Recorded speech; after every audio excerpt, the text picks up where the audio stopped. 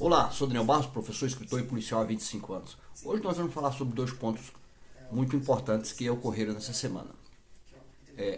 A primeira é a confissão do tenente-coronel Mauro Cid. Porque foi uma confissão. Ele diz que vendeu o relógio e entregou 25 mil dólares ao presidente Bolsonaro ou a Michelle Bolsonaro. Foram essas as palavras do seu advogado. Ora, além disso, existem mais provas disso. A foto do pai dele com as joias e não sendo só o relógio. Ele alega agora que foi só o relógio, mas existe a questão dos diálogos com o pai, das joias, da foto do pai dele que refletiu na caixa. Enfim, existe toda essa situação. E o presidente nega ter recebido. E o presidente vai além. O presidente diz, ele tinha autonomia. O que significa isso? Significa que ele fez por conta própria? Então Mauro Cid pegou o relógio que estava de posse do presidente Bolsonaro e vendeu por conta própria e não entregou o dinheiro e ficou com o dinheiro. Ora, quem é que pode acreditar? Será que existe algum ignóbil que acredite nessa história? Então, na realidade, o Mauro Cid furtou o relógio do presidente Bolsonaro. E o presidente Bolsonaro não denunciou. Não fez absolutamente nada. Porque se ele diz que ele agiu por conta própria e que não recebeu o dinheiro, ele vendeu e ficou com o dinheiro. É isso que ele quer dizer? É impressionante como o presidente acredita que ficará impune dos crimes que cometeu contra a nossa nação. E teve mais. Teve o hacker Walter Delgatti na CPI, onde ele diz claramente que foi ao presidente da República. O presidente da República não nega, ele diz que foi levado, foi contratado para invadir a Justiça, o Conselho Nacional de Justiça, pela deputada Carla Zambelli, e que a Carla Zambelli o levou. Isso já existe provas, porque existe o pagamento de 40 mil reais. Mas aí a Carla Zambelli leva ele para conversar com o presidente. E o presidente disse não, que foi uma conversa rápida, uma besteira, e que mandou ele para... Que o objetivo era verificar a lisura das urnas eletrônicas. O próprio presidente diz que o Walter é um criminoso quanto mais. Ora, como presidente da República recebe em seu gabinete um criminoso quanto mais e vai além, encaminha esse criminoso para o Ministério da Defesa, para orientar o Ministério da Defesa no trabalho de fiscalização das urnas. Isso é no mínimo esdrúxulo. No mínimo esdrúxulo. E mais esdrúxulo do que isso é alguém acreditar que não há crime nessa situação.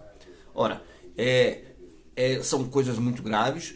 Cada dia as coisas vão aparecendo, coisas que a gente já falava assim, a gente já falava há muito tempo, Eu lembro de um programa nosso que falamos sobre a questão da venda da refinaria lá na Bahia, que foi vendida por 50% do valor do mercado.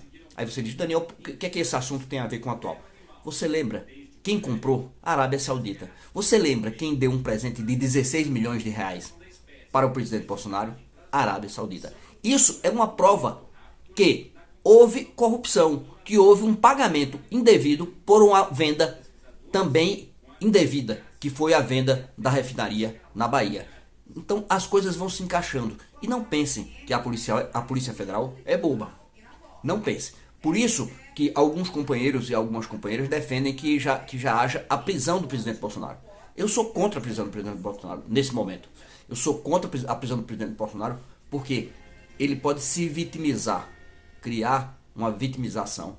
E na realidade a gente precisa juntar o máximo de provas possíveis, fora as que já existem, deixar isso tudo muito bem amarrado. Agora com a quebra, mesmo ele usando sempre dinheiro vivo para fazer as coisas, a quebra do seu sigilo fiscal bancário vai ajudar muito a conseguir essas provas, tanto dele como da primeira dama. Ora, não é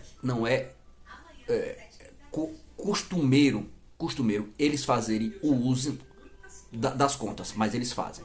e fazem tudo também em dinheiro vivo, mas é possível que haja esse rastreio. Aí você diz como, Daniel? Olha, é simples. Ele recebeu 25 mil dólares num determinado momento que o general Mauro Cid Pai fala que entregou para ele, que pagou para ele, que tinha que pagar para ele 25 dólares. É só ver o que é que ele comprou nesse mesmo período e você vai ver que ele comprou alguma coisa, comprou algum imóvel, como é costume dele comprar dinheiro vivo. Então é muito importante que a gente fique atento que o momento correto chegará para a prisão de Jair Bolsonaro, de sua esposa Michele e de seus filhos, porque será provado o envolvimento de todos eles nesse verdadeiro saque que foi feito da nação brasileira.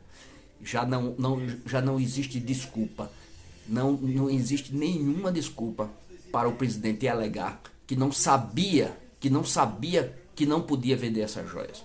Não é dado ao cidadão comum o direito de desconhecer a lei. Imagina um presidente da República que tem diversos assessores, que tem a Advocacia Geral da União, que tem a Procuradoria Geral da República, que tem uma gama, um ministro da Justiça, enfim, várias pessoas extremamente capacitadas, sem falar nos técnicos do governo que alertam e que avisam desde 2016 que a orientação é que os presentes de alto valor não fiquem para o presidente. Isso antes de 2006, mas o presidente Lula ficou com a mão. O presidente Lula ficou antes de 2016, porque não havia essa orientação. A partir do momento que houve a orientação,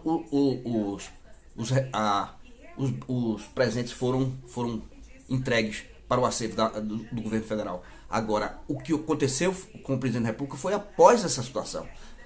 E ele não só ficou escondeu os presentes, como também vendeu por baixo dos panos, usando terceiros para fazer isso, para tentar esconder, tentar não deixar rastro, mas não é bem assim.